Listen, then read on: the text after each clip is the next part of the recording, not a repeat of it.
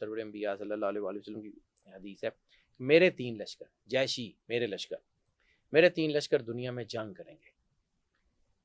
صحابہ نے پوچھا یا رسول اللہ کہاں؟ کہ شام میں، عراق میں اور بیت المقدس کے ارد گرد۔ پھر آپ نے فرمایا کہ میرا ایک لشکر قیامت تک جنگ کرتا رہے گا۔ عبداللہ ابن عباس نے پوچھا کہ یا رسول اللہ وہ کون سا لشکر ہے؟ فرمایا بیت المقدس کے ارد گرد۔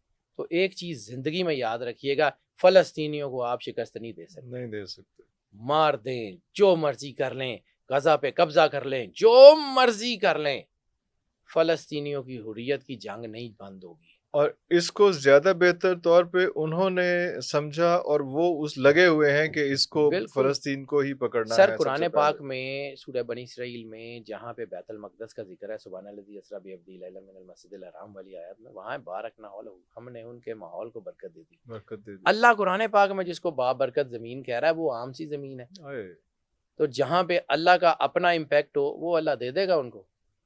لیکن ہاں حدیث جو کتاب الفتن ہے، کتاب الفتن بہت بڑی کتاب ہے، اس میں تمام وہ حدیث جو ایسکٹالوجی سے ریلیٹڈ ہیں ان کو اکٹھا کر دیا گیا ہے۔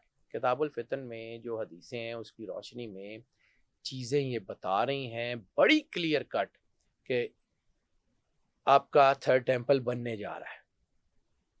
آپ کا تھرڈ ٹیمپل بنے گا تو جو ہے وہ اینٹی کرائسٹ آئے گا نا، اور اینٹی کرائسٹ آئے گا تو پھر جو ہے وہ عیسیٰ علیہ السلام کا ظہور ہے نا، ظہور ہوگا۔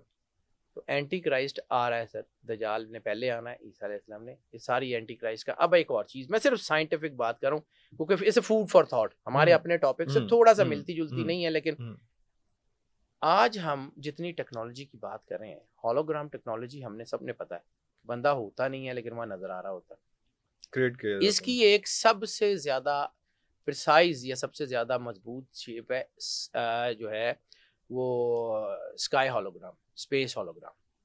اسپیس ہولوگرام کی جو ٹیکنالوجی ہے، یعنی آسمان کے اوپر کوئی ایسی لیئرز کریٹ کی جاتی ہیں اور وہاں سین کریٹ کیا جاتا ہے۔ سر میں جو کہہ رہا ہوں نا، ہمارے بچوں کے ساتھ ظلم کر دیا گیا ہے۔ اگر ہم نے اب اس وقت اپنے بچوں کو دین نہیں نہ سکھایا، اگلی نسل میں آدھا دین ہو جائے گا اور تیسری نسل میں ہمارے پاس دین نہیں ہوگا۔